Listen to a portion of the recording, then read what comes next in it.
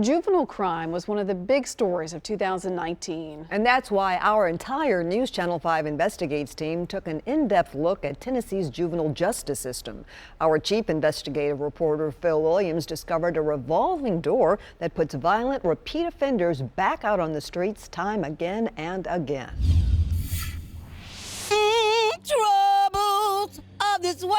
When teens gun down innocent people on the streets of Nashville, First of all, Father God, we want to thank you for this precious life. the visuals may be different, Whomever did it, apologize to this woman. but the grief feels the same. The victim in this case, 16-year-old Debrianna Begley, gunned down outside her family's public housing apartment. My baby died in my hands. She didn't have to do this. Why did they do this to my baby? Oh, Nunu, I love you so much. You will always be missed. A month later, You tried to take my bank account, I'll give it to you, but keep my dad alive. I'll give you everything to keep my dad life back. it was 74-year-old Rusine Wong shot and killed as he took out the trash. Kyle was nothing if not my best friend. And earlier this year, 24-year-old singer Kyle Yorlitz murdered during an attempted carjacking. Police were frustrated. We've got to do better. Families have to do better. The systems have to do better. Juvenile crime as overall is going down. Davidson County Juvenile Court Judge Sheila Calloway has seen a drop in some crimes involving kids, like burglaries and aggravated assaults. Now, the trend that keeps me up at night, that I get concerned about, is that our serious crimes, the children that are committing, are alleged to have been committing murders or aggravated robberies, gun possessions, those crimes aren't necessarily going down. You're seeing more kids stealing cars and more kids in possession of handguns. That's a deadly combination, isn't it? Yes, that's exactly what I call a recipe for disaster. Lieutenant Blaine Whitehead heads the Metro Nashville Police Department's Juvenile Crime Task Force. Why is it still being a problem? Why are we still experiencing the same youth committing violent offenses and car thefts over and over and over again? Are they not afraid of juvenile court? From our experiences, they do not, a lot of times, even think there was any consequences because they're released so fast.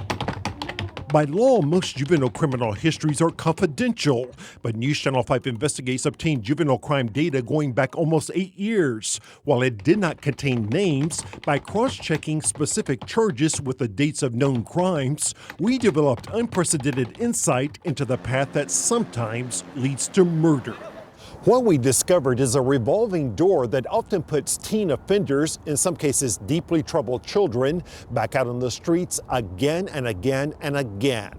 In fact, out of some 35 kids charged with homicide since 2016, we discovered almost 2/3 had confirmed juvenile records that should have set off alarms. Among them, 2 of Debrianna Begley's accused killers. Sitting here as a mother looking at these juvenile records, they should have been locked up.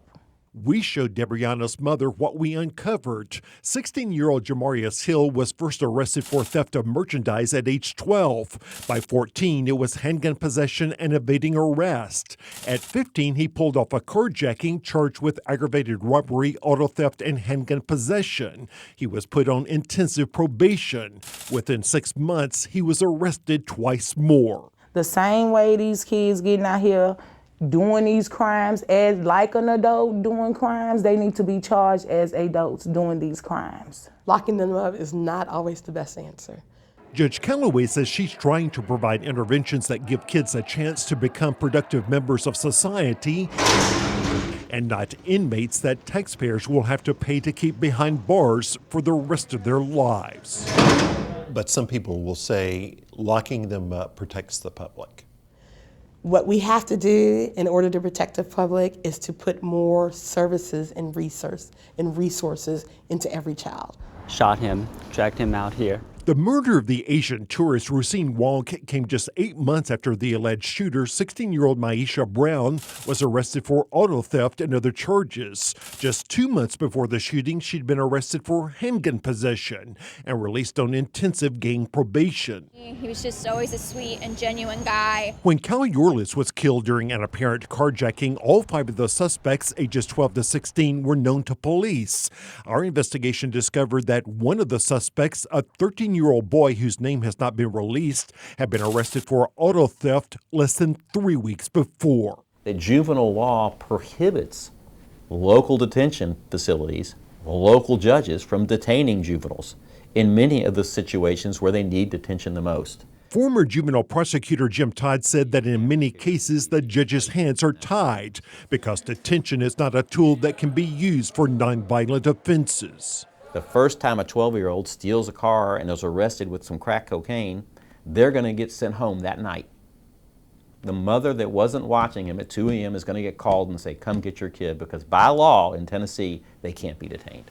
I would love to be able to, prior to releasing that child to that parent, is to do an assessment on what that child needs, what that parent needs, and to figure out, what can we put in the home prior to us releasing them back to the home without anything. We don't have the ability to do that now. Phil Williams, News Channel 5, investigates. Our Investigates team has been working around the clock for months looking into the issues in our juvenile justice system. We've got all the videos from our Broken investigation posted online. You can watch them right now at newschannel5.com/broken. You'll also find a Broken section on our streaming apps on Roku and Amazon Fire TV.